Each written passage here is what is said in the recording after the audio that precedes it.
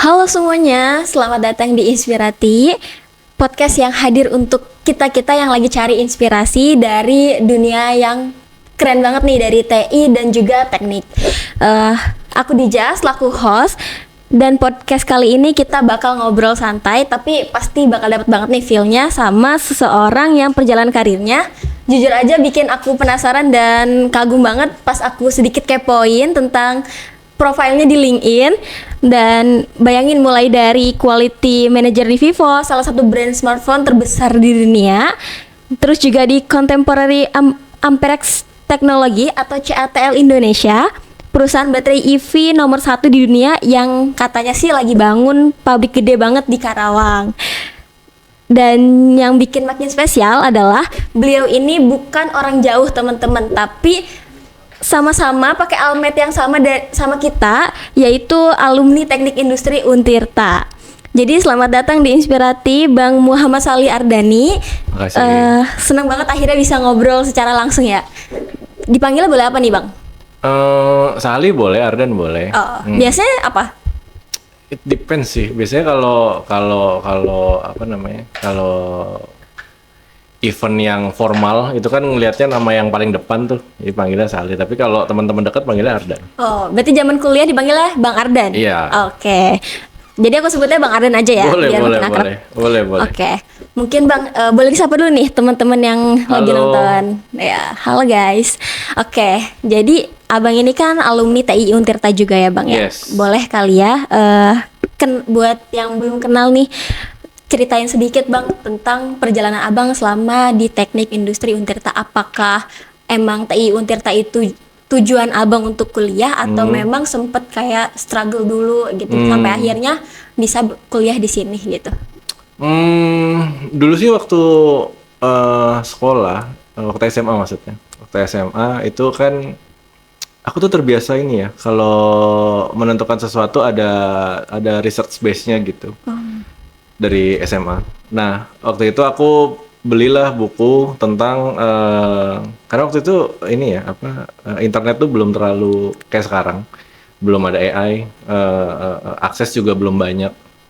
Aku beli buku tentang jurusan-jurusan yang kira-kira 4-5 tahun lagi itu punya potensi oke. Nah, di salah satunya itu kan ada 10 kalau nggak salah ya, 10. Nomor satunya bukan teknik industri saat itu memang. Iya. Itu aktuaria kalau nggak salah. Aktuaria, iya. Ya, aktuaria. Cuma aku pikir kalau aktuaria kayaknya nggak sanggup deh. Berat ya hitung-hitungannya. Kayaknya aku tipikal yang suka menalarkan sesuatu, tapi bukan menumpuk angka. Aktuaria kan theoretical data sama angka terus kan. Oh, based on angka banget tuh. Based on angka banget kan buat menentukan sesuatu. Nah, dari 10 urutan itu kalau nggak salah itu nomor 3 atau nomor 4 tuh teknik industri. Oke. Dan dari 10 itu yang menurutku paling cocok sama karakterku itu teknik industri. Dari situlah aku apply kampus dari teknik industri. Pilihannya waktu itu 2, karena kan kalau bisa sih nyari yang nggak jauh dari rumah. Rumahku tuh di Tangerang. Oh, Tangerang. Yes, rumahku di Tangerang ya di Tangerang lah pokoknya. Iya. Jangan disebut deh. Pokoknya di Tangerang. Nah itu aku pilih 2 lah, UI sama Untirta. Oh. Kebetulan masuknya di Untirta. Jalur apa Bang kalau boleh tahu? Jalur tes tulis itu loh. Oh, yang SBM ya? Lupa kalau nggak salah ya. Pokoknya tes tulis lah. Lupa aku namanya. Tapi bukan yang langsung undangan itu, bukan.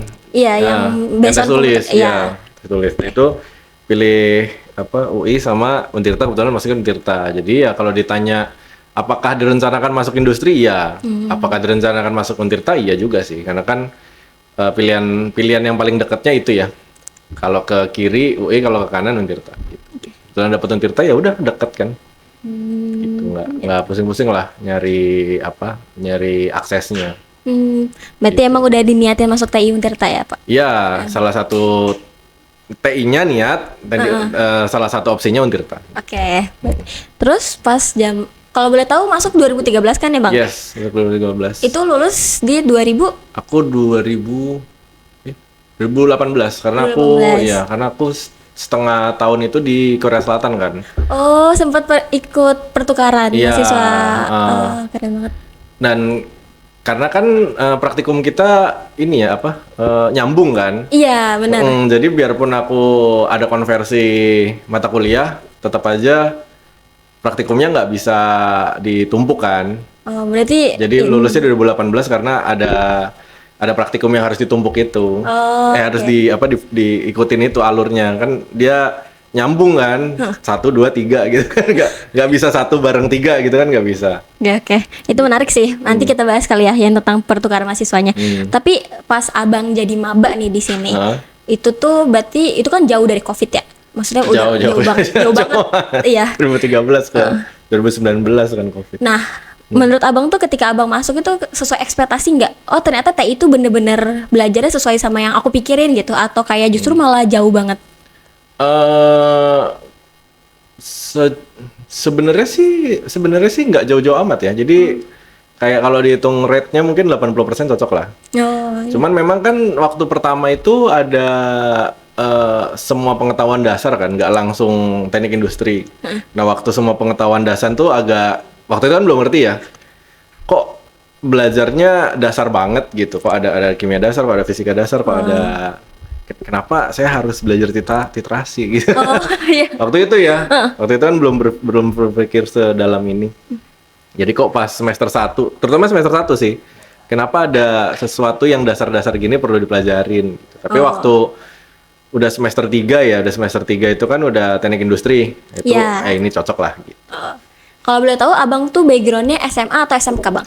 SMA. Oke, berarti udah sering ketemu sama fisika gitu-gitu juga ya? Iya, sering ketemu sama fisika. Makanya waktu fisika dasar sama kimia dasar kan agak ngulang ya. Oh iya bener. Kan agak ngulang kan, jadi kayak kenapa harus belajar ini gitu. Ternyata memang nyamain knowledge lah sama teman-teman yang dari sekolah berbeda. Oke, betul.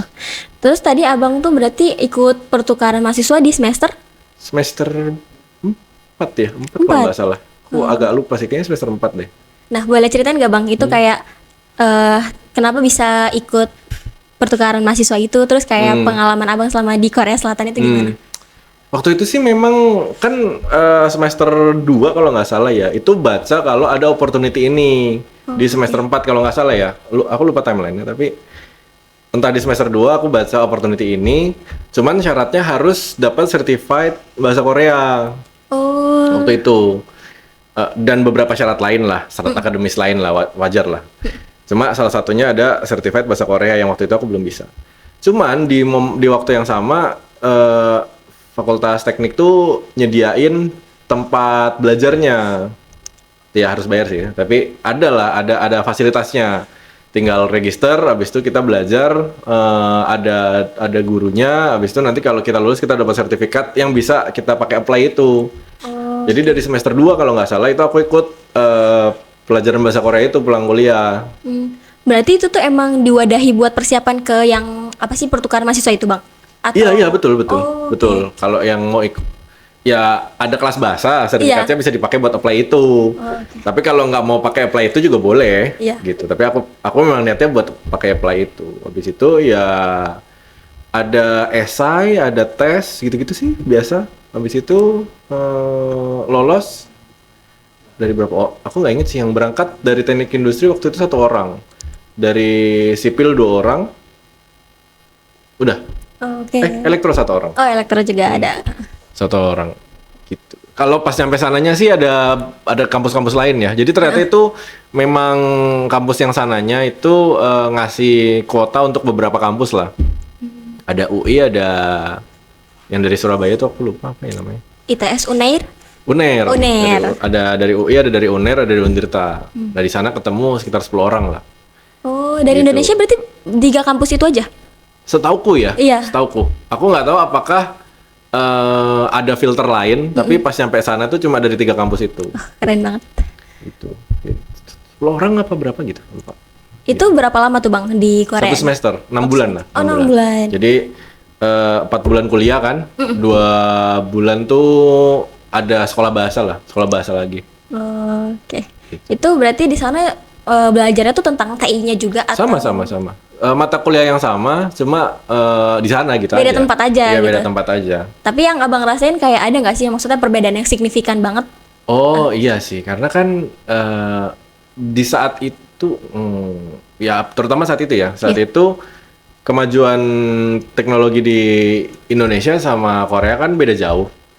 Jadi study case yang dikasih itu memang di sana lebih jarang kepikiran di sini gitu.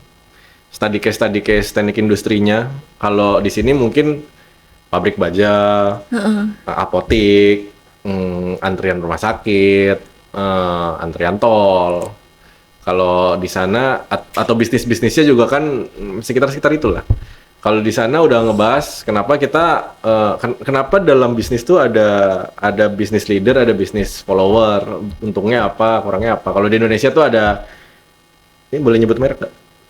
Boleh. Boleh? Ya? Boleh, boleh. Ada Indomaret, ada Alfamart Alfamart, gitu iya. kan. Indomaret kan keluarin Indomaret Point. Heeh. Baru sekarang ada Alfamart Beans. Iya. Kan? Nah itu kan yang satu market leader, satu market follower. Itu dibahas tuh kekurangan sama kelebihannya dari sisi teknik industri. Ongkos R&D-nya, lebih mending yang punya ongkos R&D besar terus jadi market leader, atau yang ongkos R&D-nya nggak terlalu besar tapi Market follower. jadi market follower. Itu ada benefit dan kekurangannya masing-masing. Nah itu di sana dibahas. Kalau di sini belum, waktu itu ya belum Iya. terlalu dibahas. Dan contoh-contoh teknologi lainnya, misal karena Korea ya, smartphone, teknologi sinyal, waktu itu sangat dibahas di sana. Kalau di sini belum terlalu. Gitu sih. Jadi sudut pandang, contoh perspektif industrinya berbeda. Berarti di sana tuh kayak lebih detail dan lebih kayak apa studi case-nya ya bang ya? Studi case-nya nggak detail juga, cuma nggak detail. beda kategori aja. Beda kategori, Yang oke. satu industri lama, yang satu industri baru. Oke. Menarik sih. Berarti nanti pas selesai dari Korea Selatan itu abang balik ke sini lagi Ya. gitu. Dan itu berarti praktikum di semester 4 itu ini ya kayak APSI. Waktu itu ada APSI nggak sih? Aku nggak ingat. Aku intinya PTI 1 tuh udah bareng sama junior. Oh, berarti bareng sama angkatan bawahnya. Iya, dari PTI 1. Oke. Gitu. Ketinggalan praktikumnya. Mata kuliahnya sama kayak Konversi. yang angkatanku, tapi Kalau praktikum, praktikumnya ketinggalan. bawahnya. Iya. Ya nggak apa-apa sih bang, tapi Nggak apa-apa. itu pengalamannya luar biasa banget Nggak sih. apa-apa, iya. Terus ada Seru-seru rencana ke Korea lagi nanti mungkin? Sejauh ini karena perusahaanku Cina terus ya. Jadi dari kemarin ke Cina terus. Oh, berarti kemarin ke Cina juga pernah? Iya, karena orang-orang yang bekerja di core bisnisnya kayak manufacturing timnya pasti pergi ke sana lah. Oke. Pasti itu maksudnya itu bukan sesuatu yang mungkin kalau kita baru masuk ke suatu tempat kerja yang belum pernah keluar kayaknya seru gitu. Iya. Tapi kalau setahun sekali kayaknya jadi biasa aja lama-lama gitu. Oh, oke. Jadi emang itu kan jadi kebutuhan bisnis kan, bukan Holiday. bukan reward, Iya. bukan holiday gitu. Atau kesana juga kerja. Oke. Kalau boleh tahu juga selama di perkuliahan tuh abang ikut kayak organisasi gitu-gitu nggak bang? Atau ikut mungkin komunitas lab gitu? Aku waktu kuliah sibuk di hal-hal lain ya. Oh, apa tuh bang? Boleh tahu? Jadi tuh aku waktu kuliah tuh jadi penyiar. Oh iya. Iya, tapi bukan di Flash, di Banten Radio. Jadi penyiar komersil, bukan penyiar kampus. Penyiar komersil yang dibayar dengan kontrak profesional lah. Iya. Nah, terus sambil kuliah, karena di situ aku jadinya punya uang, aku buka tuh kantin di belakang. Salah satu kiosnya ada tuh, aku support lah. Terus aku buka juga kalau zaman dulu ada namanya Pontir, tau gak? Pontir di Serang, tau gak? Sekarang udah gak ada kayaknya deh. Jadi di Serang kan ada tempat nongkrong kan? Iya. Nah, banyak tempat nongkrong lah. Salah satu tempat nongkrongnya itu aku punya kios di sana gitu. Oh, kayak food court gitu? Kayak food court gitu tapi tempat nongkrong gitu. Oke. Nah itu apa? Waktuku habis di sana. Karena jadi penyiar butuh waktu kan. Biarpun cuma 3 jam atau 4 jam per hari kan tetap aja ya. Iya sih benar. Tetap butuh waktu kan ke sana terus siaran pulang. Habis itu ada bisnis kecil-kecilan itulah. Gitu. Kalau organisasi aku ikut Flash sama Bosta waktu itu. Oh, Bosta. Iya, tapi balik lagi sih nggak terlalu jadi pengurusnya. lebih ke ikut Bosta karena suka main musik, ikut Flash karena aku penyiar profesional di luar, jadinya sama Flash Ditarik. diajak tolonglah support gitu. Ya oke. Gitu aja sih. Tapi kalau organisasi yang jadi panitia ABC kemarin sih nggak terlalu menghabiskan waktu ke sana. Oke. Tapi pernah sempat ikut sesekali gitu atau nggak Iya, pernah sama Bosta sekali? tuh. Bosta kan suka ngadain lomba olahraga tuh. Oh ya. Ya itu aja sih. Tapi nggak, kalau ditanya apakah porsi waktunya besar di sana, nggak. Enggak. Karena ya sibuk ya. Tapi keren saya bisa sambil bagi waktu. Apalagi ke Serang kan dari Cilegon kalau penyiar, kalau siaran. Enggak, di Banten Radio tuh di Cilegon Timur. Oh iya. Waktu itu tuh dia radio terbesar di Banten. Waktu itu, sekarang kan radio nggak terlalu Iya sih bener. besar ya. Dulu tuh radio paling besar dia di Banten. Itu berarti apply-nya pas zaman kuliah atau dari SMA juga emang udah Enggak, jadi tuh lucunya aku zaman SMA tuh public speaking nggak terlalu bagus. Lalu aku paksakan diri untuk belajar. Kebetulan Banten Radio bikin audisi. oke. Nah, kalau menurutku kalau ada challenge kita akan belajar lebih Bener. semangat kan, Iya. lebih keras lah. Ya udah aku paksakan diri aja apply audisi itu, lomba. Terus aku ikut lomba itu, terus belajar kan jadinya sebulan 2 bulan kalau nggak salah. Belajar tuh terus-terusan belajar public speaking, akhirnya ikut audisi itu ternyata menang. Ditawarin kontrak. Jadi bukan apply kerja, bukan. Oh, bukan sengaja apply buat Bukan. jadi penyiarnya, tapi emang diajak karena menang Audisinya gitu. Oke. Jadi dia lomba, aku menang juara 1. Oh, oke. Gitu. Padahal tadinya 2 bulan yang lalu aku belum secakap itu, cuma karena maksain diri ikut audisi, jadi menang. Tapi berarti abang tuh tipe yang ekstrovert atau introvert bang sebenarnya? Tergantung ini ya. Tergantung tempat. Satu tergantung tempat, dua tergantung lingkungan. Oke. Gitu. Kalau lingkungannya menurutku nggak terlalu menyenangkan, aku akan menjadi introvert. Oke. Lebih baik banyak diem ya. Ya, tapi kalau kebetulan lingkungannya cocok, aku akan lebih ekstrovert lah. Berarti abang jadi penyiar radio itu di semester berapa? Sebelum ke Korea atau sesudah? Dua-duanya, sebelum dan sesudah. Oh, berarti itu sempat berhenti dulu gitu bang? Pas. Sempat berhenti dulu. Kan itu kan cuma kontrak base ya, jadi dan bukan kayak pegawai tetap gitu, enggak ya, kontrak base gitu kan. Biasanya kalau talent kayak gitu kayak MC, terus ini kan dia kontrak base. Itu gampang, tinggal bilang aja gitu, nggak terlalu rumit lah.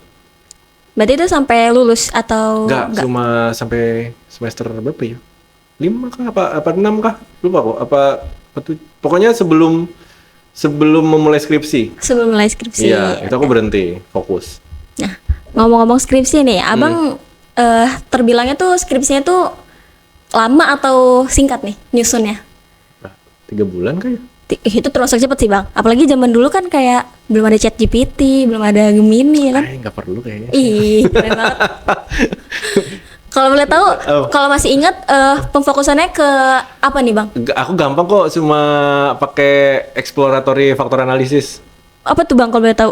Nah, siapa tahu teman-teman yang di rumah kayak kepo gitu kan, Gampang masih awam. Itu cuma jadi kita waktu itu aku kan dosennya tuh Bu Lovely Lady ya. Oh, lovely. Bu Lovely Lady dosenku. Dia dapat beberapa judul dari Oh iya. untuk riset bikin busway di Cilegon.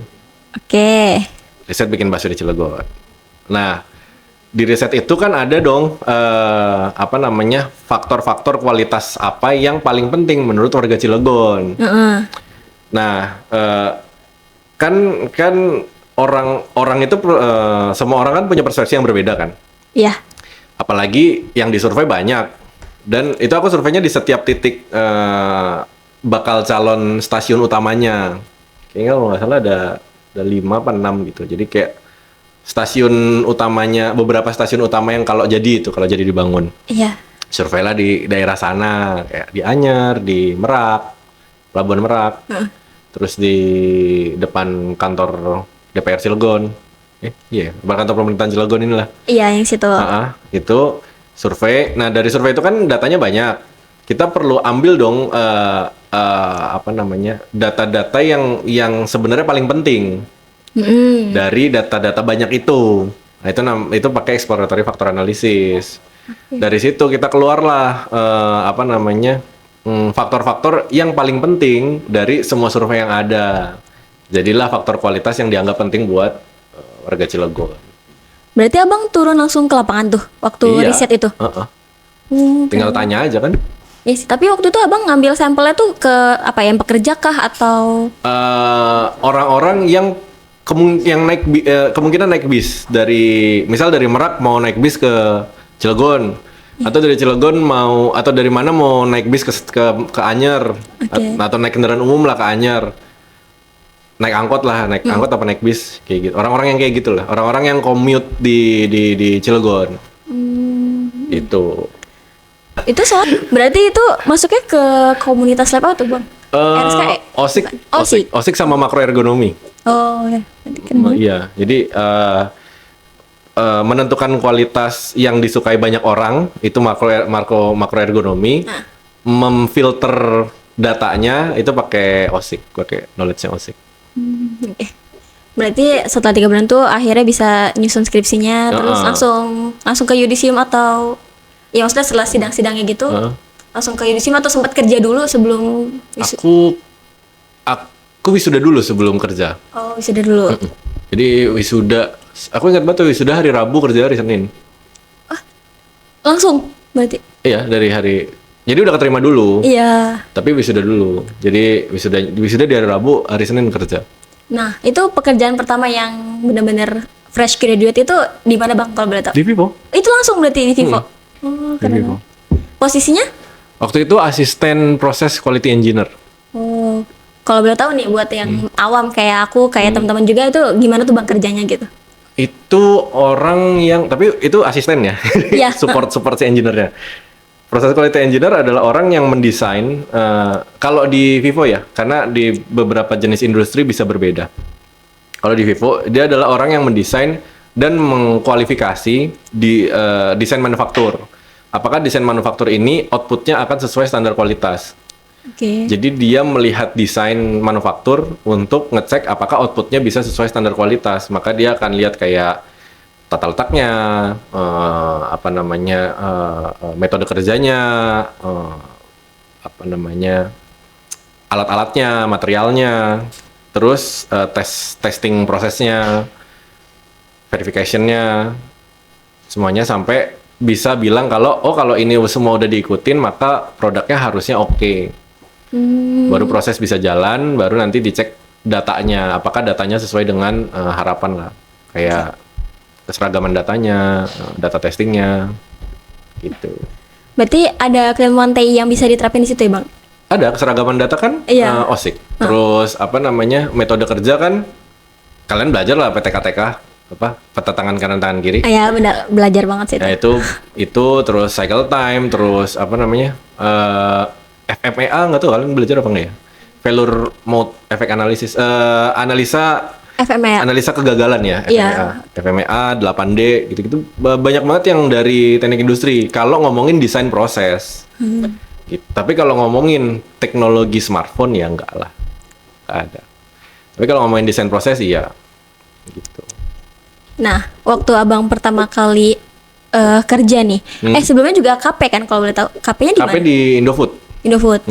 Nah itu tuh ada kayak perbedaan yang bener-bener kerasa nggak sih bang, kayak oh ternyata di perkuliahan tuh nggak diajarin gitu buat di dunia kerjanya? Kalau di KP nggak terlalu signifikan karena kan itu industri lama ya. Bikin mie kan industri lama. Bikin smartphone industri baru. Apalagi menurutku sampai sekarang ya, sampai detik ini smartphone itu manufaktur yang paling produk produksi massal yang paling rumit yang ada di dunia saat ini. Iya benar. Produk produksi massal ya. Kita nggak ngomongin pesawat jet karena dia nggak produksi massal. Kita nggak ngomongin drone perang karena dia bukan produksi massal. Nah, produk produksi massal yang dikonsumsi banyak orang normal, orang biasa, itu menurutku paling susah smartphone. Nah, titik paling berat adalah mempelajari teknologi smartphone itu sendiri. Karena menurutku kalau kita cek produk lain kayak mobil listrik misal atau mobil konvensional, mobil bensin, mobil pakai minyak, semua sensor dan teknologi yang ada di mobil itu ada di HP dengan versi yang lebih kecil kan. Iya. Sensor parking butuh apa? Kamera, AI, ada. Sensor parking yang jadul butuh apa? Infrared, ada. Apa namanya? Lampu jelas ada, LCD ada. Semua ada di HP kan. Kelistrikan di HP ada. Itu versinya lebih kecil. Dan HP harus bisa dipegang dan menerima sinyal, dan banyak ekspektasi besar yang dipegang diberikan ke benda kecil ini loh. Itu yang bikin dia susah banget menurutku. Nah, mempelajari teknologi ini yang bikin challenge besar. Mungkin kalau nanti teman-teman berpikir mau masuk ke dunia industri, menurut saranku ya,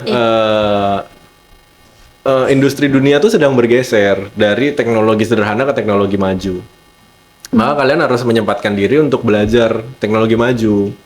Minimal ngerti lah sensor AI CCD itu kayak gimana. Minimal ngerti sensor infrared itu kayak gimana. Minimal ngerti X-ray itu cara kerjanya gimana. Minimal ngerti bagaimana sistem-sistem industri maju itu bekerja.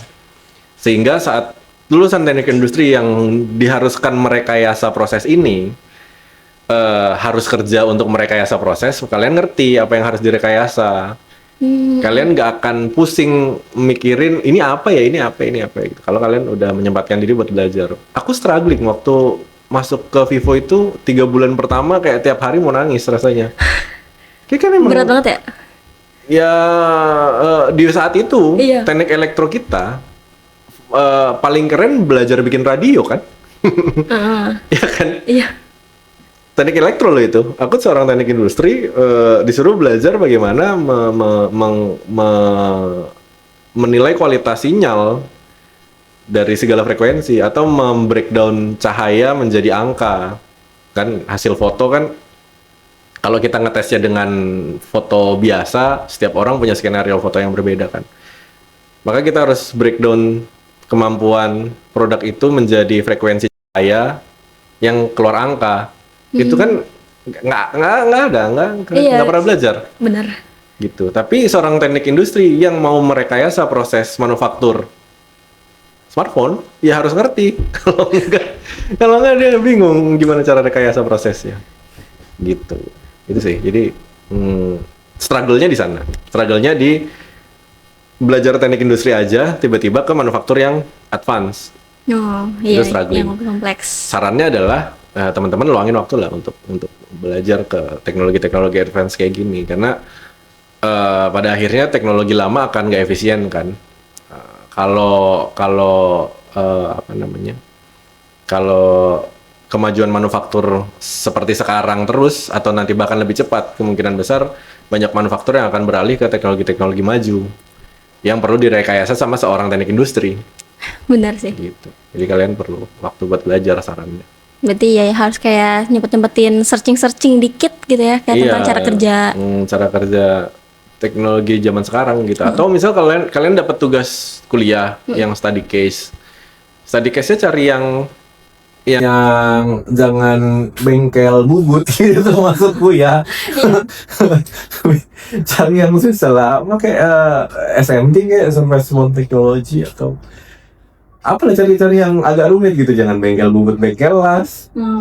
Karena waktu itu angkatanku seperti itu ya. Aku nggak tahu sekarang apakah masih seperti itu. Angkatanku dulu gitu. Kalau ada tugas kuliah, bengkel bubut lagi, bengkel las lagi. Iya. Yang antrian apa namanya, antrian loket lagi. Iya. Nggak apa-apa sih tugas kuliah kalian selesai, tapi kalau kalian tiba-tiba seperti aku masuk ke industri yang advance, ya nangis tiap hari. Aku nangis tiap hari. Terus itu abang kayak ngakatin atau ngatasinnya tuh gimana? Apakah belajar dari maksudnya dari rekan kerja atau kayak gimana bang? Waktu itu sih mau belajar dari rekan kerja juga sebenarnya di awal-awal agak malu ya, karena gapnya kejauhan, gap knowledge-nya kejauhan. Iya. Jadi mau nggak mau belajar sendiri dulu. Kayak apa namanya gunanya radio frekuensi apa sih, eh gelombang elektromagnetik itu kayak gimana sih, frekuensi itu apa sih, bandwidth itu apa sih, kayak gitu-gitu. Apa namanya ya, komponen dan fungsinya dipelajarin dulu, baru nanya ke temen gitu. Tapi basic knowledge-nya belajar dulu. Makanya setelah aku bekerja di situ, aku punya kebiasaan baca jurnal. Oh, berarti udah baca jurnal. Iya, karena waktu itu terpaksa. Waktu kuliah S1, aku belum terbiasa baca jurnal sering-sering. Tapi waktu kerja di Vivo, jadi terpaksa sering baca jurnal. Akhirnya punya kebiasaan baca jurnal sekarang. Gitu, kayak kalau dapat mau knowledge pasti ya udah baca jurnal aja. Sedikit tipsnya nih bang, aku kan juga terbilang sih suka baca ya. Mungkin teman-teman yang lain juga suka baca. Tapi kayak kalau baca jurnal tuh kayak kita tuh kadang bingung gitu. Apalagi kalau misalkan istilah atau metode yang kita ketemu itu kayak asing banget gitu. Nah mungkin dari abang tuh ada tipsnya nggak sih, kayak kalau di jurnal tuh mending langsung baca ke bagian apanya dulu terus kayak gitu. Kalau zaman sekarang sih gampang ya kan, kita bisa upload jurnalnya terus kasih minta intisarinya ke AI kan. Cuman kayak kalau kayak gitu, ya kan aku juga sering kayak gitu. Cuman kayak gitu tuh lebih ke apa ya, aku kayak kita nggak tahu tuh letak si poin itu tuh ada di bagian mana. Nggak apa-apa. Gitu. Jadi communication paling efisien, kita tuh tahu intinya dulu, baru pergi ke detailsnya. Anggaplah kita seorang burung. Iya. Burung tuh kalau cari makan dia terbang dulu kan ke tempat tinggi. Baru dia melihat gambaran utuh sesuatu yang ada di bawahnya. Di mana letak gunung, di mana letak sungai, di mana letak sawah, di mana letak perumahan. Baru dia menentukan dia mau turun kemana. Ya kan, kalau dia burung yang makannya ikan ya dia turun ke sungai. Kalau dia burung yang makannya biji-bijian dia akan turun ke sawah. Maka dan kalau dibalik juga lebih susah kan. Kalau burungnya nggak mau terbang, dia nyarinya di bawah, dia nggak akan tahu sawahnya di mana. Maka komunikasi paling efektif adalah kalian tahu intinya dulu. Summary-nya tuh apa, baru kalian baca jurnalnya. Sehingga biarpun kalau waktu kalian baca intinya apa kalian nggak ngerti kan, kalian bisa searching dulu dong. Iya, gitu. Maka sebagian besar narasi yang akan muncul di jurnal kalian udah siap, sehingga nanti waktu baca jurnal kalian bisa lebih nggak pusing lah. Iya, Gitu. apalagi halamannya kayak berpuluh-puluh gitu. Iya, jadi kalian ambil dulu summary-nya apa. Kalau zaman dulu sebelum ada AI kan kita baca kesimpulan dulu kan. Iya. Kita baca background dan kesimpulan. Sebenarnya tujuannya sama. Kita tahu gambaran besar jurnalnya apa. Sama kayak si burung tadi kan, dia tahu gambaran besar wilayah yang ada di sekitarnya. Sama kayak si jurnalis, sama kayak si burung tadi, kita juga melakukan hal yang sama. Kita cari tahu gambaran besar jurnalnya ini dulu, baru kita baca jurnalnya. Kita akan bisa mudah tuh melokit mana yang mau kita baca nantinya. Biarpun awalnya kita nggak tahu informasi ini tuh ada di mana, tapi pas kita baca tuh kita udah tahu, oh ini harusnya akan ke arah sana nanti obrolannya. Gitu sih. Biasanya pakai AI apa bang? Kalau misalnya Aku kalau akademis aku paling suka pakai konsensus sih. Oh, konsensus ya. Ya kalau akademis, kalau ngobrolin knowledge aku pakai DeepSeek. Oh, DeepSeek. Kalau ngobrolin sesuatu yang sederhana baru pakai GPT. Kalau misalkan sumber-sumber informasi lain gitu ada nggak kayak YouTube mungkin abang? Nggak terlalu ya, karena lambat kan pace-nya. Kalau kita nonton YouTube kan lama ya, kecuali kita mau mempelajari knowledge yang kita nggak ngerti banget nih. Kita kayak kemarin aku mau belajar tentang CPK. Kenapa kurva normalnya bentuknya seperti itu? Ya. Nah, kalau baca agak susah. Jadinya itu nonton YouTube sehingga penjelasannya lebih panjang. Tapi kalau knowledge yang kita udah tahu, cuma mau tahu orang lain ngolahnya gimana, itu mending baca sih, lebih cepet. Oke. noted banget nih buat teman-teman juga, buat ya tadi dikasih saran kalau misalkan kita sekarang lagi kuliah juga tetap harus cari tahu tentang teknologi-teknologi, karena emang yang paling bersaing itu nanti pasti teknologi ya Bang ya di dunia industri. Karena industri akan bergeser ke sana aja sih. Iya, Menurut bener sih. pandanganku ya, Iya. menurut pandanganku industri akan bergeser ke sana. Maka kalau kalian tahu duluan, kalian bisa bersaing sama teman kalian yang nggak tahu gitu lah. Berarti cara misalkan nih, cara kita nunjukin kalau kita lebih tahu tuh pas nanti wawancara kerja gitu ya Bang? Iya, Atau gimana? iya. Pasti kan masuk kerja satu ada tes, dua ada wawancara kerja, tiga ada probation kan. At least pas wawancara sama probation kalian lebih unggul aja. Kalian nggak kaget kan? Lebih nggak kaget dibanding teman kalian yang nggak prepare lah. Nah, berarti tadi posisi pertama apa Bang di Vivo? Asisten proses quality engineer. Nah, setelah itu apa tuh Bang perjalanan karirnya? Abis itu proses quality engineer, supervisor, leader, supervisor, asisten manager, manager. Gitu sih. Itu berarti berapa lama Bang di Aku, Vivo? aku kebetulan agak sedikit beruntung ya. Aku di Vivo tuh total 8 tahun kurang 4 bulan. Tapi aku jadi manajer tuh 4 tahun 8 bulan. Oh, berarti Artinya lebih lama jadi manajernya dibanding jadi staffnya. iya benar. Keren banget. Itu beruntung sih. Hmm. Iya. Berarti, nah kalau boleh tahu juga nih, kalau misalkan jadi quality manager di Vivo gitu, itu Yes. tuh biasanya kerjanya gimana Bang? Terus kayak menurut Abang nih, setelah Abang yang merasa beruntung bisa cepat jadi diangkat manajer itu, kira-kira hal penting apa sih yang mungkin tanpa disadari gitu, itu bisa meningkatkan value kita buat naik ke manajer gitu? Rajin belajar. Oh ya? Iya, literally apa namanya? Karena balik lagi ya, industrinya industri advance. Jadi saat aku jadi quality manager tuh aku in charge dari development material. Jadi bagaimana vendor manufacturingnya dibentuk, verifikasi si materialnya, mendevelop manufacturing smartphone itu sendiri. Jadi mendevelop manufacturing material, konfirmasi materialnya, mendevelop manufacturingnya sendiri, sampai test labnya, sampai customer service-nya. Jadi kalau kalian ke service center Vivo tuh, itu datanya ke timku. Service centernya bukan timku, tapi datanya ke timku. Oh, Jadi dari end to end kan, iya. dari hulu ke hilir.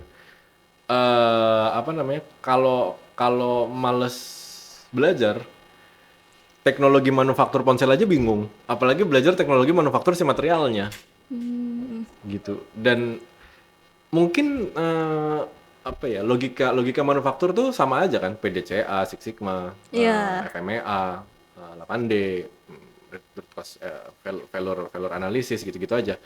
Tapi yang membedakan adalah karakter produknya kan. Maka key point-nya ya rajin belajar, karena satu material dan material lainnya aja beda.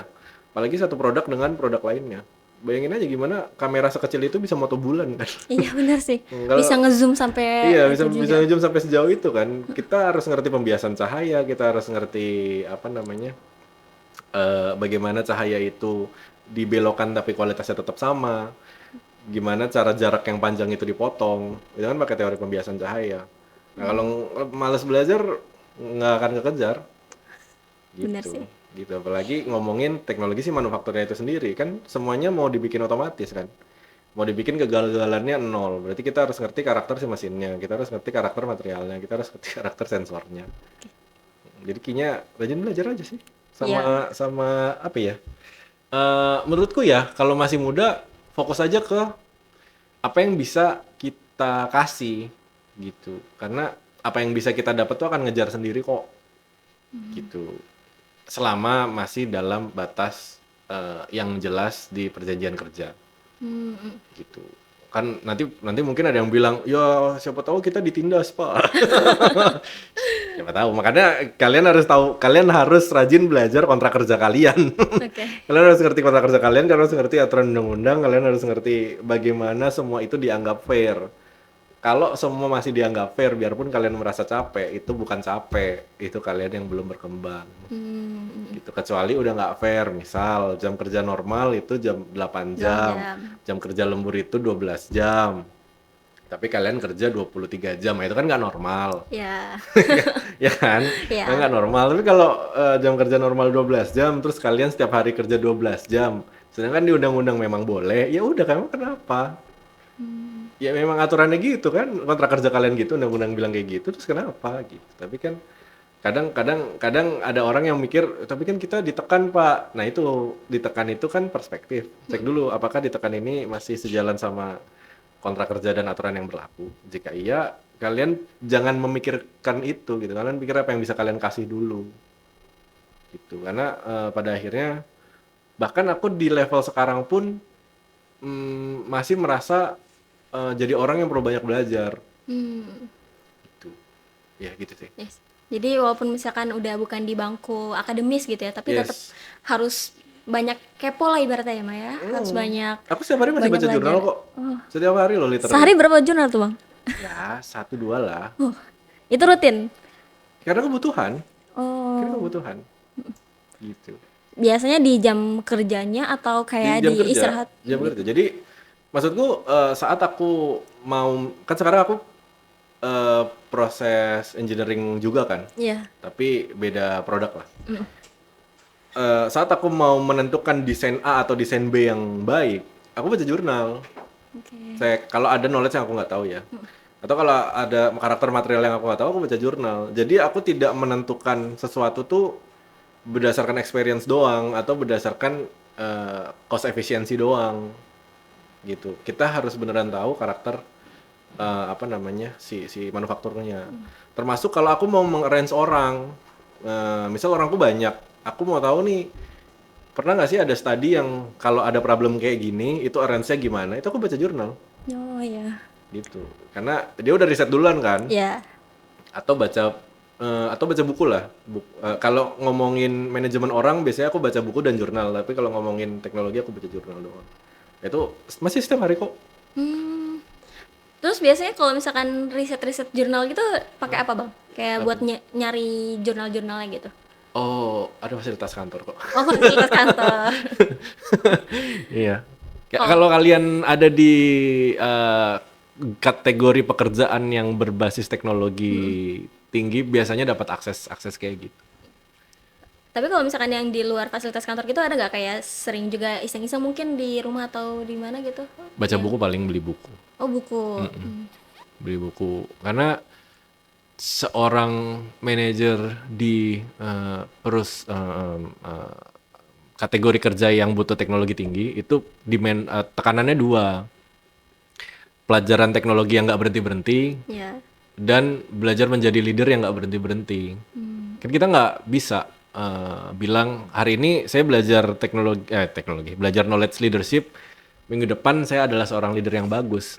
Nggak ada. Nggak ada. Perjalanan menjadi leader tuh kan nggak ada finish line-nya. Kita nggak tahu kapan kita bisa dibilang leader yang bagus atau enggak. Jadi itu baca buku. Berarti kalau boleh tahu emang abang tuh hobi baca atau kayak ada hobi lain gitu ya mungkin? Baca tekanan sih. Tanggung jawab aja. Jadi tanggung jawab yang jadi kebiasaan gitu. Dikira dari zaman sekolah juga emang suka baca gitu? Enggak. Ya itu apa karena aku sadar aku punya banyak ruang untuk ditutupi. Maksudnya untuk diisi. Jadinya jadi sering baca gitu, bukan karena suka baca nih, enggak. Tapi lama-lama jadi kebiasaan. Gitu sih. Berarti ada hobi lain bang yang Hobi lain apa ya? Oh, aku suka sharing knowledge gini. suka ngobrol gitu. Sharing knowledge sih. Yes. Kalau ngobrol yang enggak berisi, aku agak enggak suka. Makanya kemarin aku S2 di sini ya. Iya. Itu selesai S2 tuh aku apply jadi dosen. Oh iya. Sempat keterima juga di dekat tempat kerja lah. Itu akhirnya sempat jadi dosen, sempat keterima jadi dosen. Cuma pindah tempat kerja kan, jadi aku lepas. Gitu. Nah, jadi dosen itu aku bukan mencari bukan mencari pemasukan tambahan. Tujuan utamanya bukan mencari pemasukan tambahan, tapi menyalurkan keinginan untuk berbagi knowledge saja. Itu. Karena aku apply dosen waktu itu. Nggak nyoba apply di sini bang? Jauh ya.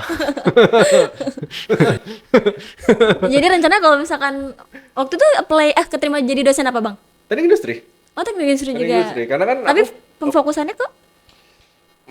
Waktu itu di makroekonomi. Hmm. Karena kan aku punya background yang cukup kuat di manajemen kan, Ya. di manajemen dan di manufacturing terbarukan kan. Jadi makroekonomi kayaknya paling cocok. Gitu. Ya paling nggak berat juga sih.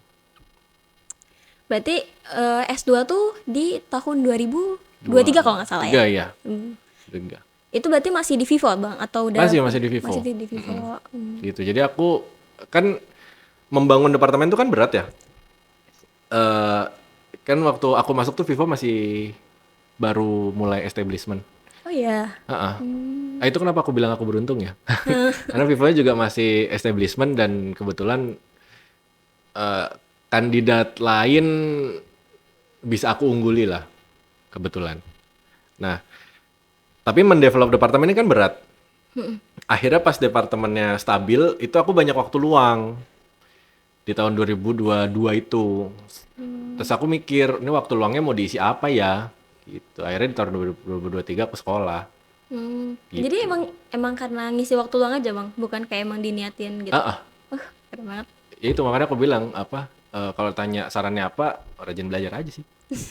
Aku juga kan bosen waktu itu kemarin nggak ngapa-ngapain ya, departemennya udah stabil. Akhirnya aku belajar lagi sekolah.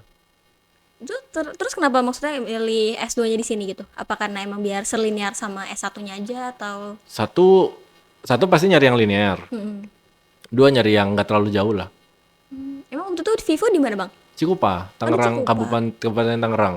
Oh iya, di situ Iya, dekat Ciruas. iya, jadi kalau nggak macet kan 1 jam 30 menit lah udah nyampe sini kan. Nggak nyampe kayaknya. Tadi juga aku berangkat jam setengah 9. Itu dari Cikupa juga? Iya, Oh, setengah 9. Nyampe Cilegon Timur tadi jam berapa? Setengah 9 kah? Iya, jam 9 lewat. 9 lewat. Belum setengah 10 kayaknya udah nyampe deh. juga ya. Iya kalau nggak macet. Jadi ya itu jarak, satu jarak. Terus yang ketiga pasti karena aku S1 di Teknik Industri Untirta, aku bisa jadi quality manager kan. Iya. Artinya dari sudut pandangku dosen-dosennya oke dong bisa membawa aku sampai punya potensi ke sana. Ya kenapa enggak aku belajar di sini lagi gitu. Ya, toh dosennya sama. Ya kan dengan knowledge yang mungkin mereka pasti udah berkembang juga kan. Iya. Gitu. Jadi ya S1 ku bisa membawa aku sampai situ kenapa enggak kalau di sini kenapa gitu.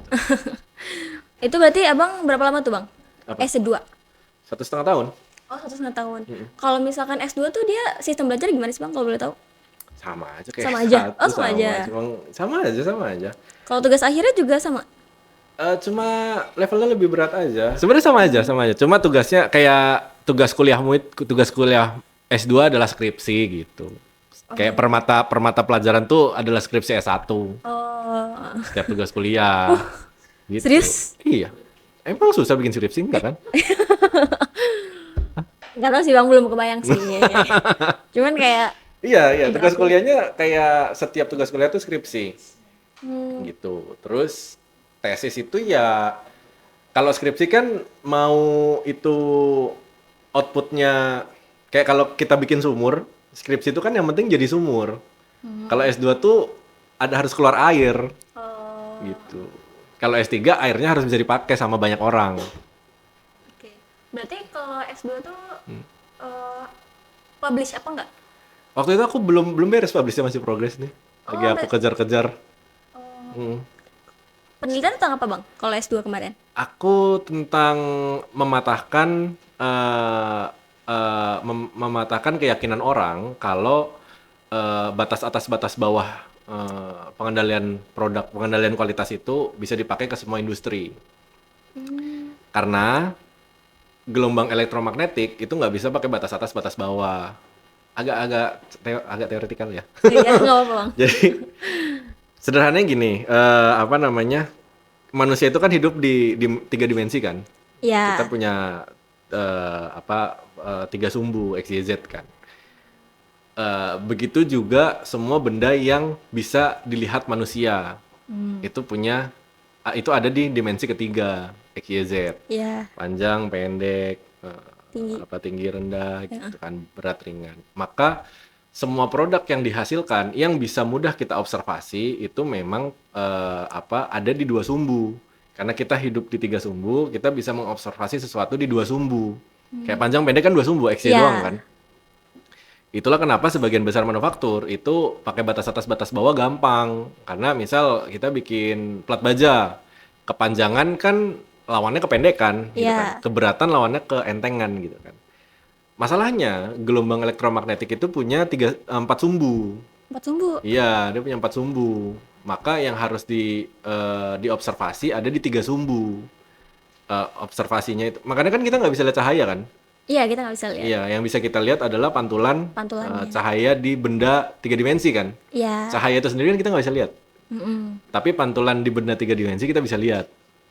Nah, cahaya itu gelombang elektromagnetik. Sama kayak mirip kayak suara. Suara juga kan sebenarnya suara ini kan masuk ke kita tuh gelombang. Terus kuping kita mendapatkan input terus memberikan ketukan kan. Mm-mm. Nah, ketukan itu yang jadi suara kan. Iya, Sebenarnya kan suara nggak ada, adanya gelombang. Gelombang betul. yang dienkripsi jadi apa yang kita dengar. Mm-mm. Nah, benda-benda ini termasuk sinyal, itu kita nggak lihat dan observasinya susah karena dia ada di sederhananya di dimensinya kita nggak kelihatan lah. Mm-mm. Maka dengan landasan ini kita nggak bisa harusnya pakai batas atas batas bawah. Batas atas batas bawah itu dua sumbu.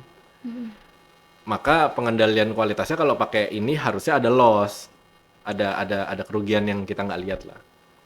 Terus aku ganti pakai keseragaman uniformity, data uniformity, keseragaman data. CPK kalau tahu, kalau yang dari OSIK ya biasanya tahu CPK.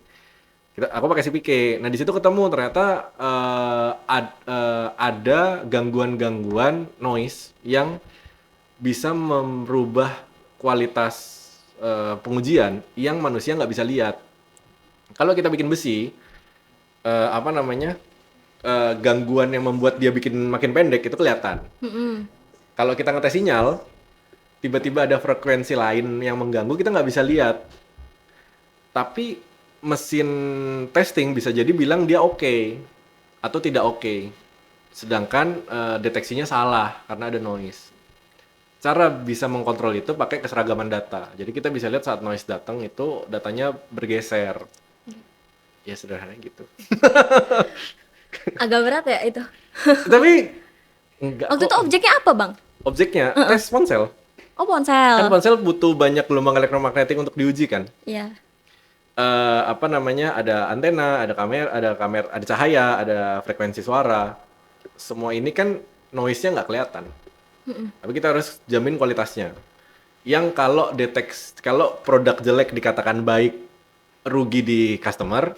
Tapi kalau produk baik dikatakan jelek, maka rugi di manufaktur.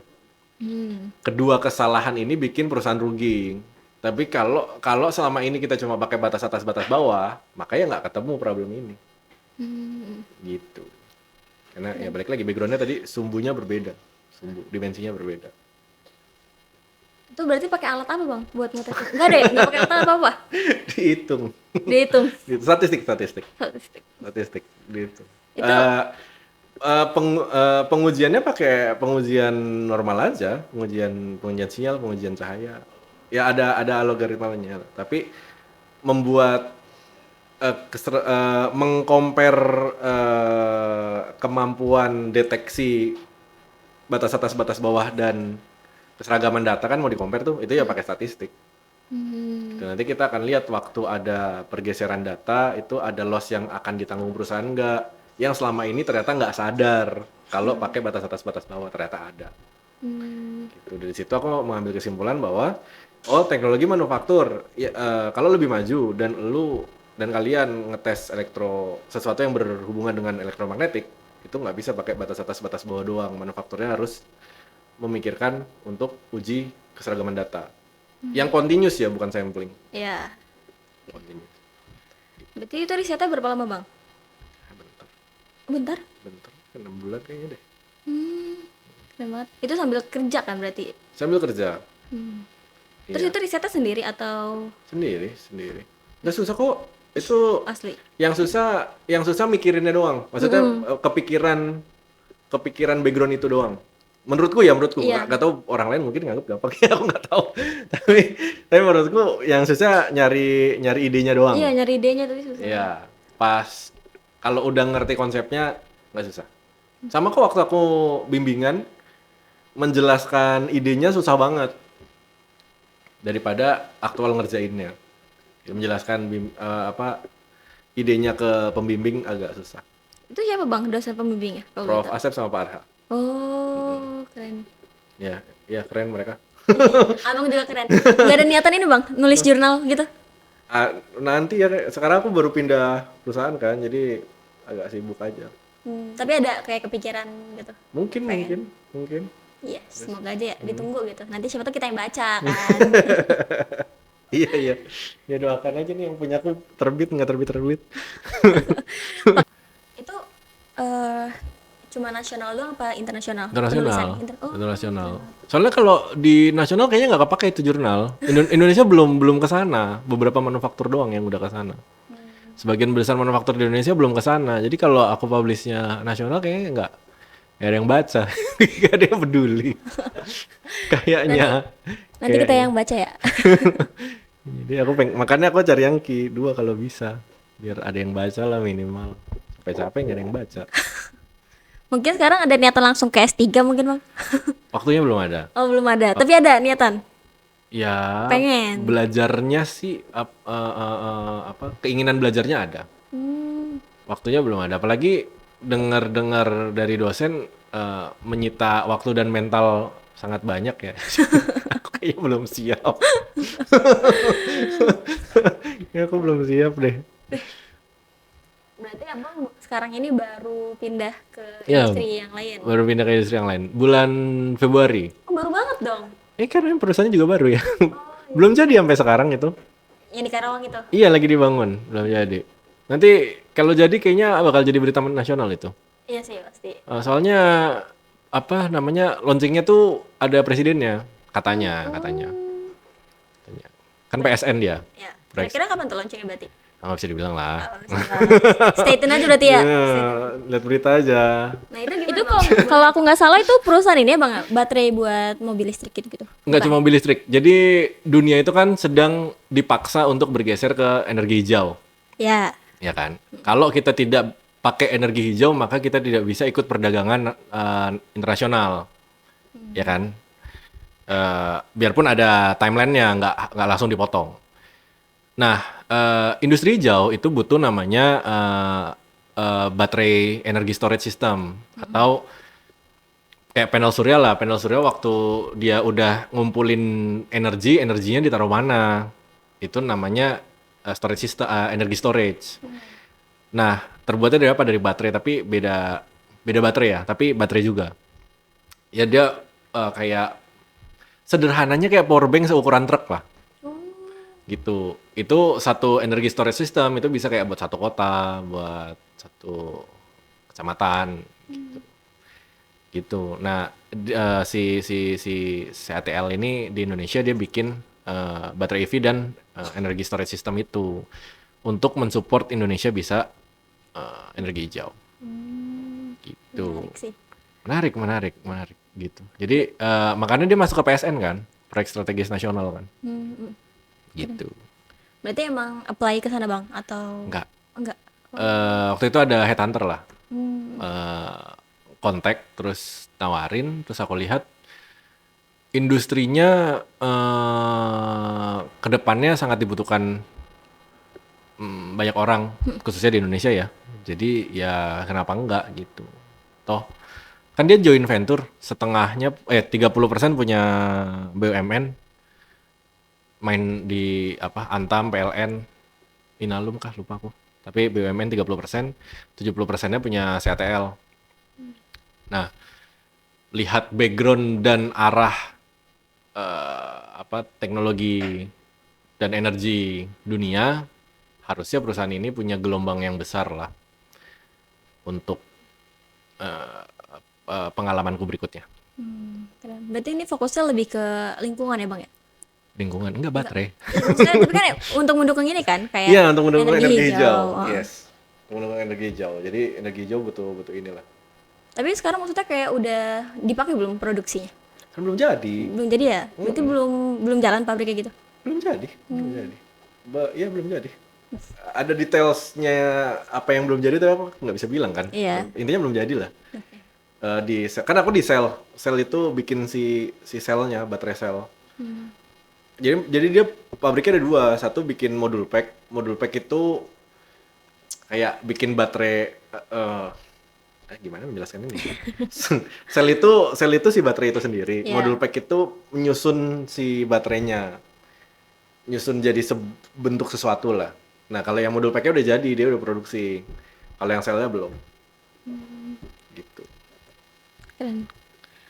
Berarti kalau misalkan boleh tahu juga nih, berarti rencana tuh pemakaian si baterai ini buat kemana aja gitu bang? Ya itu baterai EV dan baterai storage, energi storage.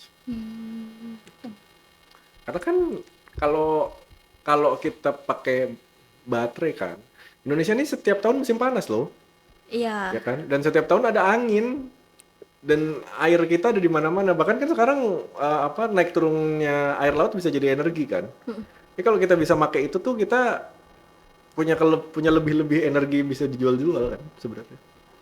Cuma kenapa sampai sekarang belum bisa dijual? Storage sistemnya belum ada. Gitu. Jadi kalau itu bisa dipakai sih harusnya negara ini lebih kuat lah. Iya sih. Nah dengan background itu aku mau pindah. Gitu. Ya dah. Semoga lancar-lancar di tempat kerja baru. Amin. Aku tadinya nggak tahu perusahaan ini ada di Indonesia. Iya, aku juga baru tahu pas ngeliat profil abang sih. Karena aku belum update. Tapi dapat ini spilan. Iya, aku belum maksudnya. Ya sengaja emang belum aku update. Biarin aja. Nanti. Oke.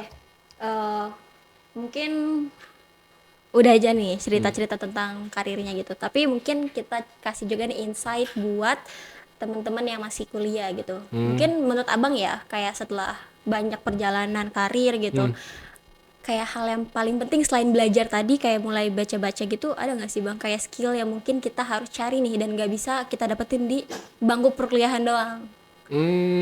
Public speaking. Public speaking. Itu kenapa aku memaksa diri untuk bisa belajar public speaking tadi ya. Karena kita pinter aja nggak cukup kalau kita nggak bisa ngasih tahu apa yang kita tahu ke orang lain. Percuma kan? Kita tahu banyak hal tapi kita nggak bisa share ke orang lain. Ini tuh harusnya ke kanan loh. Kita nggak bisa jelasin kenapa harus ke kanan. Public speaking kita jelek. Jadi mereka nggak ngerti kalau ke kanan tuh lebih bagus. Jadinya dia nggak tahu kalau kita tahu. Gitu. Once ada problem, kita akan ikut terjerumus karena semua orang belok kiri, padahal harusnya ke kanan. Gitu. Jadi public speaking penting untuk bisa menjelaskan apa yang ada di kepala kita. Iya benar. Gitu. Bukan kayak nggak perlu sampai bisa ngarahin semua orang ke satu titik, nggak juga. At least apa yang ada di kepala kita bisa sampai. Gitu. Kita harus ngerti lawan bicara, kita harus ngerti filter komunikasi, kita harus ngerti cara menyampaikan sesuatu, kita harus mengerti menyampaikan sesuatu yang berat jadi ringan. Gitu. Kadang orang biarpun mengerti banyak hal tapi nggak bisa menyampaikan, jadi percuma. Benar. Nggak ada yang tahu dia ngomongin apa sih. Gitu. Betul. Berarti public speaking tuh ya. Terus kalau misalkan dari bahasa gitu bang, itu bener-bener itu banget ya? Bahasa asing maksudnya? Iya betul. Iyalah. Kayaknya bahasa Inggris udah jadi hal basic deh. Tapi kalau misalkan bahasa asing lainnya gitu? Bahasa Cina. Cina. Bahasa Cina. Karena banyak. Bukan, kita belajar dari COVID kemarin. Waktu Cina COVID, hampir setengah logistik dunia bermasalah. Hampir setengah logistik dunia bermasalah. Artinya apa? Logistik dunia itu butuh Cina. Mau kita sadari atau nggak sadari, toh kemarin pas COVID Cina lumpuh, logistik dunia problem semua. Sekarang ada perang di Selat Hormuz, ada permasalahan logistik di Timur Tengah. Dunia nggak goyang-goyang banget tuh, ya kan? Biarpun harga minyak naik, tapi dunia nggak goyang-goyang banget. Waktu Cina COVID, dunia logistiknya goyang, semuanya kena. Jadi bukan karena banyak perusahaan Cina. kita tahu dunia butuh itu. Hmm, Gitu. It's bigger than just Indonesia. oke. Gitu. Kalau misalkan tips ini bang, kayak belajar bahasa asing sendiri gitu, ada nggak biasanya? Tips yang Iya. paling bisa dipakai tapi agak susah itu ke sana. Benar Pasti sih. bisa, pasti bisa, pasti Iya. bisa. Atau berkumpul dengan orang-orang yang pakai bahasa itu, Oke. gitu. Karena pasti bisa. Aku belum pernah mendapat pendidikan formal bahasa Cina. Tapi aku kalau ke Cina bisa lah bertahan hidup dengan bahasa Cina. Aku belum pernah mendapat pendidikan formal bahasa Cina. Kayak nggak pernah les, nggak pernah kursus. Ya, tapi kalau sekarang aku ke Cina misal, Nah, jalan-jalan atau liburan atau kerja, bisa lah bertahan hidup pakai bahasa Cina. eh karena sering ke sana, ya. gitu. Jadi kalau nanya tips paling bagus ya ke tempat yang pakai bahasa itu. Tapi kalau agak susah, berkumpul dengan orang-orang yang pakai bahasa itu. Kalau masih susah, minimal punya komunitas yang kalau kumpul komunitas pakai bahasa itu. Oke, berarti tadi dua tuh tips. Maksudnya sarannya buat yang masih kuliah, public speaking, terus juga bahasa asing di luar bahasa Inggris. Ya. Iya, iya. Bahasa asing di luar bahasa Inggris. Nggak harus Cina sih, tapi kalau nanya saranku, Kan karena banyaknya di sini. karena Bu. saranku, kalau kita berkaca dari COVID kemarin, Iya. kayaknya mau kita, biarpun kita nggak kerja di Indonesia, misalnya kita kerja di Australia gitu, atau kita kerja di kayak Vietnam atau di Thailand, kayaknya butuh deh itu. Bener. Abang nggak Gitu. ada niatan ini bang, kerja di luar gitu? Belum ada opportunity. Oh, tapi ya Ada. keinginan ada. Ada. Tapi belum ada opportunity. Gitu. Ya, baik lagi ya. Itu kan rezeki-rezekian ya menurutku. Iya. Oke, mungkin sedikit flashback lagi nih. Kalau misalkan abang kembali lagi jadi mahasiswa S1 nih, ada nggak Yes. sih kayak misalkan harusnya tuh bisa kayak gini gitu? Ada hal yang pengen dirubah atau diperbaiki nggak? Mungkin jadi evaluasi juga gitu. Atau kayak udah so far so good aja gitu. Aku tuh tipikal yang di momen itu aku menghabiskan waktu itu sebagus mungkin. Sebisa mungkin dan sejauh ini sih kayaknya kalau diulang bakal sama deh. Oke. Nggak ada yang terlalu pengen aku rubah. Gitu.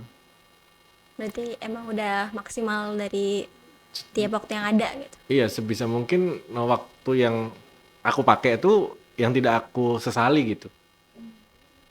Tapi abang waktu kuliah tuh tipe kalau yang mungkin maksudnya kayak masih main sama teman-teman nongkrong Masih gitu, lah, masih nongkrong kan? banget aku. Kan penyiar, masa nggak nongkrong? Iya, maksudnya kayak takutnya teman-teman tuh ngiranya kayak oh kita tuh bener-bener harus fokus banget gitu tuh, kayak Enggak. belajar gitu. Enggak. Nongkrong juga bagus. Tapi kan balik lagi, aku suka ngobrol ke sesuatu yang berat kan. Iya. Nah, nongkrongnya ngapain dulu? Kalau nongkrongnya cuma bahas sesuatu yang tidak penting, ya mending dikurangin. Gitu. Tapi aku nongkrong kok dengan orang-orang yang nyambung sama obrolanku. Kalau enggak ya enggak gitu. Tapi aku ya kayak aku diundang ke sini kan nggak ribet kan? Iya. Karena emang aku juga suka datang ke beberapa acara kayak gitu. Jadi aku menghabiskan waktu untuk bersosialisasinya juga lumayan tinggi. Gitu. Dengan catatan tadi. Oke. Tuh. Oke, mungkin ya udah ada nggak sih satu pesan yang bisa disampaikan ke teman-teman mahasiswa gitu? Jangan stuck ke apa ya? Jangan stuck ke sesuatu yang kalian merasa bisa sekarang. Udah sih. Karena kayak tadi aku bilang, aku udah jadi manajer. Iya. Aku udah jadi manajer, departemenku stabil, aku sekolah. Sekolah udah selesai, departemenku stabil, aku pindah perusahaan. Dan aku pindah departemen kan. Tadinya dari quality departemen ke engineering departemen kan. Kenapa nggak pilih quality yang sama? Kenapa harus pindah ke engineering yang beda? Ya karena akan lebih banyak hal yang bisa dipelajari gitu. Jadi jangan stuck ke satu yang kalian udah tahu. Masih banyak pasti masih banyak yang kalian nggak tahu pasti. Jadi intinya mah ini aja bang ya, maksudnya berani ambil resiko, berani ambil hal baru gitu. Jadi jangan apa sih, nyaman di zona yang itu Iya, aja. tapi perluas zona nyamannya gitu. Makin kan kalau zona nyamannya makin luas lebih enak dong. Ya Gitu. sebenarnya. Cuman kayak kadang tuh dari kita kayak mikirnya takut ngambil resikonya. Takutnya ketika kita terjun ke hal yang baru tuh malah justru nggak maksimal gitu di situ karena Apa-apa paling gitu. nangis. Terus belajar. Bener sih, Terus coba lagi. nangis juga tetap dikerjain gitu. Coba lagi. Oh, iya, Aku iya. juga nangis kok. Aku jadi manajer itu umur berapa ya? Aku manajer paling muda di perusahaanku yang dulu dan sekarang. Oh iya. Paling muda. Ya jelas lah. Nah, di umur itu dengan member yang beberapa lebih tua, kan ada member-member lebih tua dong jelas. Ada yang udah bawa bapak, ada yang udah apa. Tekanan untuk belajar leadership kan berat banget. Itu aku transisi dari seorang pekerja biasa ke seorang leadership itu berat. Apa namanya? Kalau anak sekarang bilang tekanan mental gitu, Iya. aku juga kena mental waktu transisi itu. Hmm, Tapi ya kalau kalau tidak pernah merasakan itu gimana bisa expanding gitu. Namanya belajar hal baru pasti pusing. Itu aku benar-benar kena mental waktu pertama kali transisi dari kerja biasa ke leadership profesional.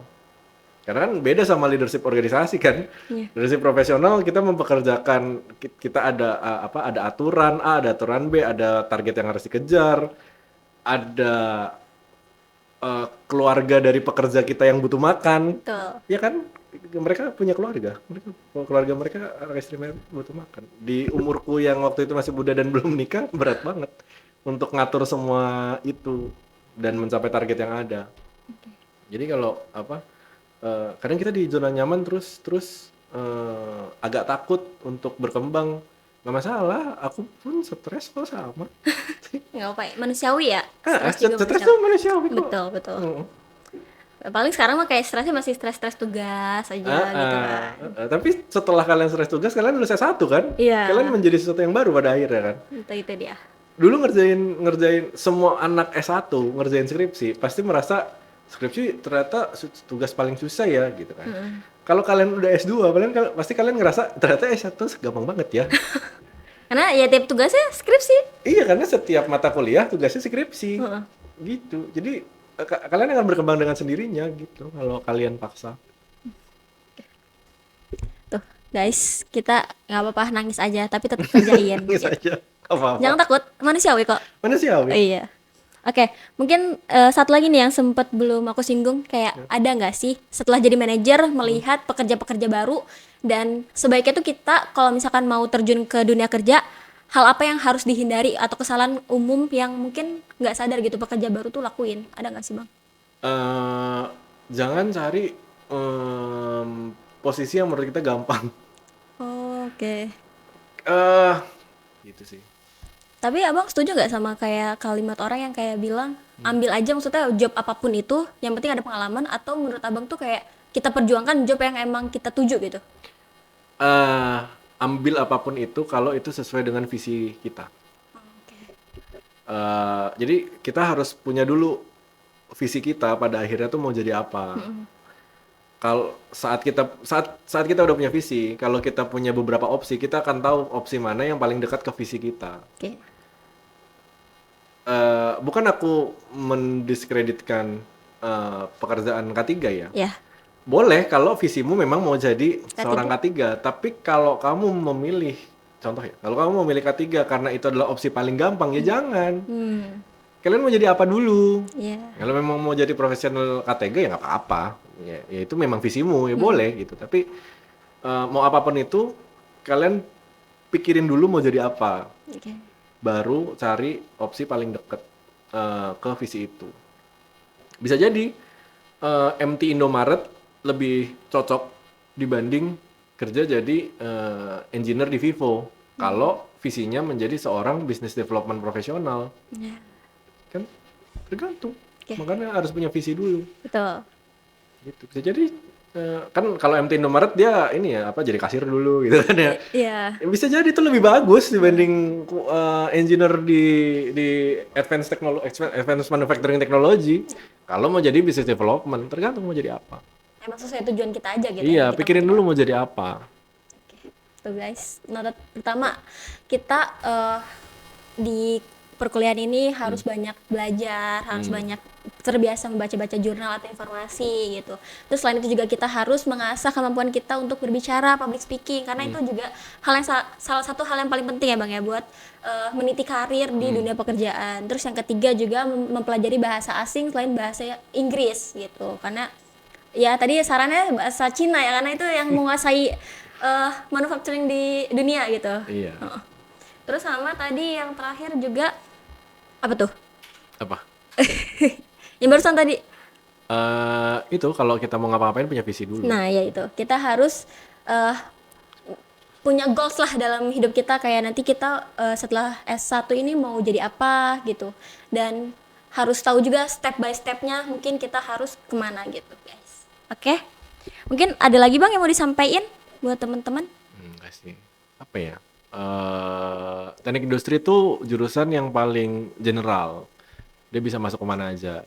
Maka kalian harus mempersiapkan diri ngisi kayak nasi nih, dia bisa masuk ke makanan apa aja. Oke. Tapi kalian harus mikirin topping apa yang perlu kalian tambahin buat visi kalian.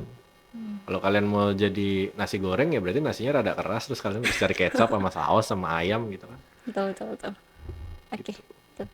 Tambahan juga tuh berarti harus karena kita jurusan yang gado-gado ya kata orang-orang karena kita semua belajarin tapi nggak sampai ke dalam-dalamnya jadi kita harus tahu supaya kita juga bisa tahu nih kita harus mempelajari keilmuan apa gitu.